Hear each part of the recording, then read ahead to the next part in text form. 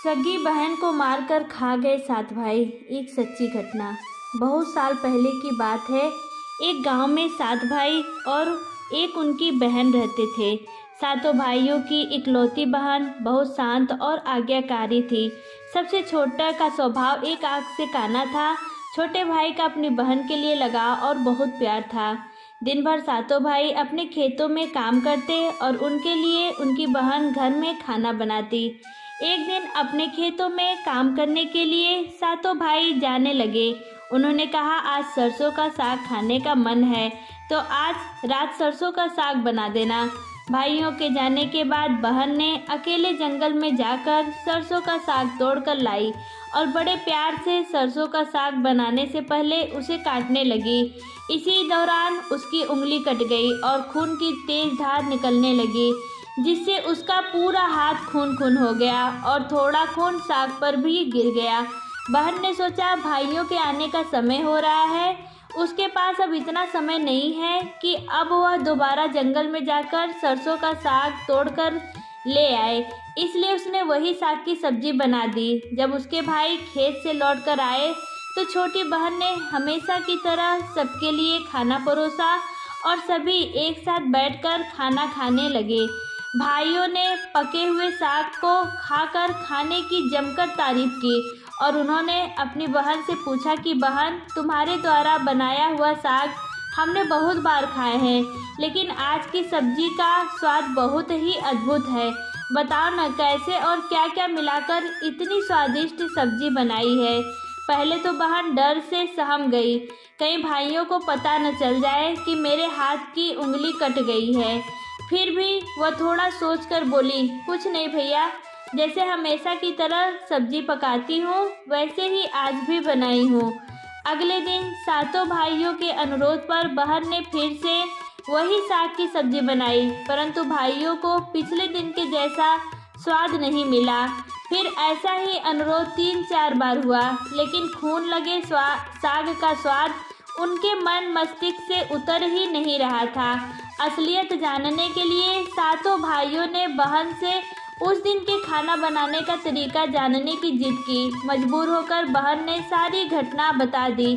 सच्चाई मालूम होने पर पांचवा भाई, जो बहुत लालची था, उसने बाकी भाइयों से कहा, जब बहन का खून इतना स्वादिष्ट है तो उसका मांस कितना स्वादिष्ट होगा। यह बोलकर सभी भाइयों के बीच चर्चा होने लगी। छोटे भाई को छोड़कर बाकी सभी भाइयों ने अपनी बहन को मारकर उसका मांस खाने के लिए राजी हो गए। उनकी ये सभी बातें बहन दीवार के पीछे खड़ी होकर सुन रही थी। उसे बहुत बुरा लगा कि उसके भाई उसका मांस खाने की लालसा रखते हैं। एक दिन सातों भाइयों ने शिकार खेलने जाने के बहाने अपनी बहन को साथ लेकर घने जंगल में चले गए, जहाँ पहले से ही एक मचान बना रखा था। मचान के पास पहुंचकर बड़े भाई ने बहन को कहा, तुम इस मचान पर चढ़कर बैठ जाओ। इस मचान पर जंगली जानवर तुम पर हमला नहीं कर पाएंगे। इस प्रकार सातों भाइयों ने बहन को मचान के पास छोड़कर अपना अपना धनुष लेकर शिकार करने का बहाना बनाकर चले गए। बहन को आभास हो चुका था कि आज उसका आखिरी दिन है, लेकिन वह चाहती थी कि उसके भाइयों की इच्छा पूरी हो, इसलिए वह मचान पर जाकर बैठ गई। सभी भाई मचान से कुछ ही दूरी पर स्थित एक डोंगरे पर अपने अपने धनुष बाण के साथ पहुँचे। सबसे पहले बड़ा भाई डोंगरे के ऊपर गया और अपनी बहन पर धनुष से निशाना लगाकर तीर छोड़ दिया, लेकिन तीर बहन को न लगकर उसके बगल में आ गिरा। यह देखकर बहन ने कहा, भैया, जान से मारना ही है तो तीर सीधे मेरे छाती में मारो, इधर उधर तीर क्यों चलाते हो। फिर सभी भाइयों ने बारी बारी से तीर चलाया, लेकिन किसी का भी तीर बहन को नहीं लगा। जब सबसे छोटे भाई की बारी आई तो उसने तीर चलाने से मना कर दिया।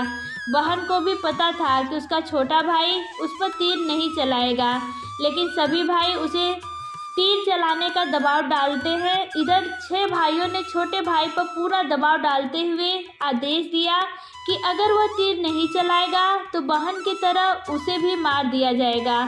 छोटे भाई ने उदास मन से तीर को दूसरी दिशा में छोड़ा।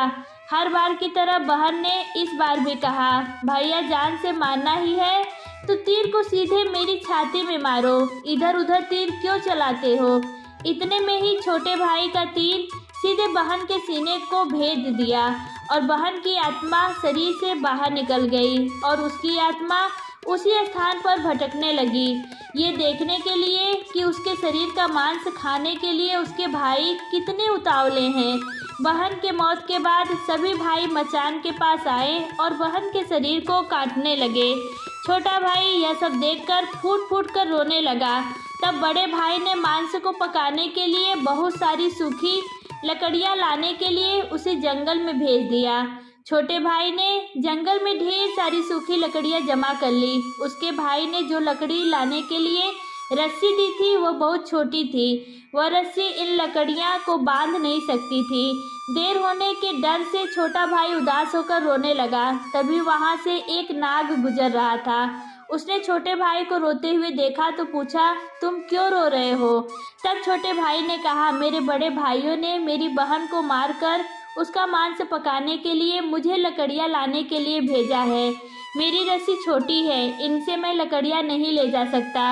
अगर मैं समय पर नहीं पहुँचा तो मेरे भाई मुझसे नाराज हो जाएंगे और बहन की तरह मुझे भी मार देंगे।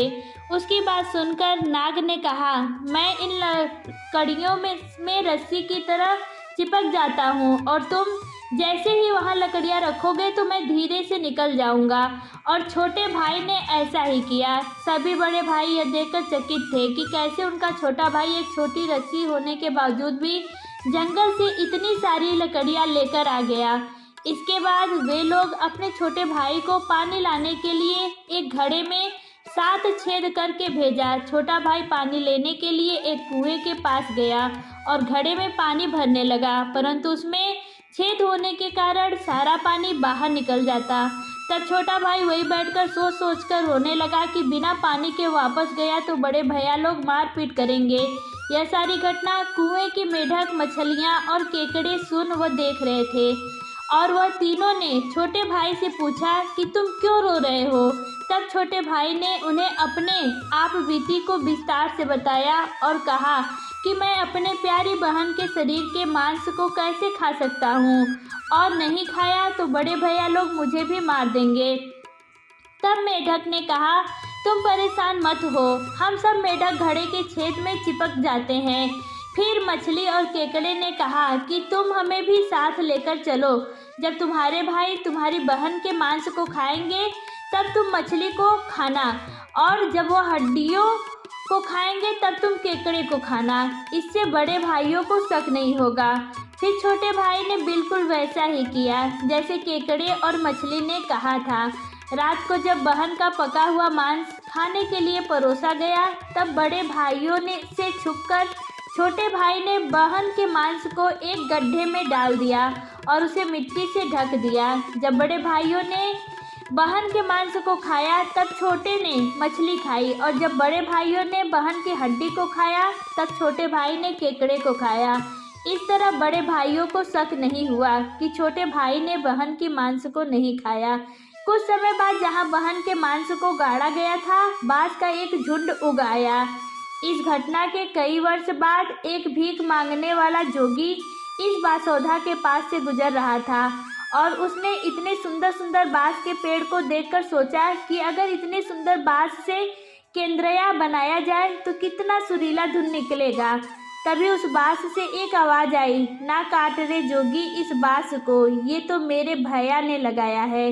लेकिन फिर भी जोगी ने बांस का एक मोटा टुकड़ा काट लिया, ये सोचकर कि बांस की आवाज़ इतनी सुंदर है तो इसका केंद्रया बनेगा तो उसमें से कितनी मधुर आवाज़ निकलेगी। और जोगी ने उस बांस से एक बहुत सुंदर केंद्रया बनाया। केंद्रया से इतनी मधुर ध्वनि निकलती है कि जोगी जहाँ जहाँ भी इसे बजाता है इसकी ध्वनि से लोग मंत्र मुग्ध हो जाते थे। एक दिन जोगी घूमते घूमते बड़े भाई के यहाँ पहुँच गया और अधिक धन के लालच में जोगी ने जोर जोर से केंद्रया बजाना शुरू किया, परंतु एक बार केंद्रया की मीठी सुरीली स्वर कर्कश हो गई और जब भी जोगी कुछ नया धुन बजाने की कोशिश करता तो बार बार एक ही धुन निकलती, ना बाज रे केंद्रया, ना बाज रे केंद्रया, ये तो है मेरे दुश्मन का घर। हर बार यही धुन निकलने पर बड़े भाई ने जोगी से मारपीट करके अपने घर से भगा दिया।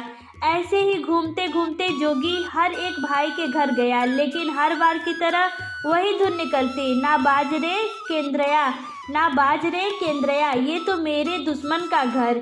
यह धुन सुनकर सारे भाइयों ने योगी को डांट कर घर से भगा दिया। अंत में जोगी छोटे भाई के घर पहुंचा। छोटे भाई के द्वार पर पहुंचते ही केंद्रया खुद ही बजने लगा जोर जोर से, बाज रे केंद्रया, ये तो है मेरे छोटे भाई का घर। इतना मधुर मीठा स्वर सुनकर छोटे भाई को अपनी बहन की याद आ गई और यह धुन सुनकर छोटे भाई से न रहा गया और उसने जोगी से केंद्रया की मुँह मांगी। सोने की मोहर देकर उसे खरीद लिया और जोगी की अच्छी खातिर करके जोगी को विदा किया। धीरे धीरे समय बीता। एक दिन छोटे भाई को काम के लिए बाहर जाना पड़ा।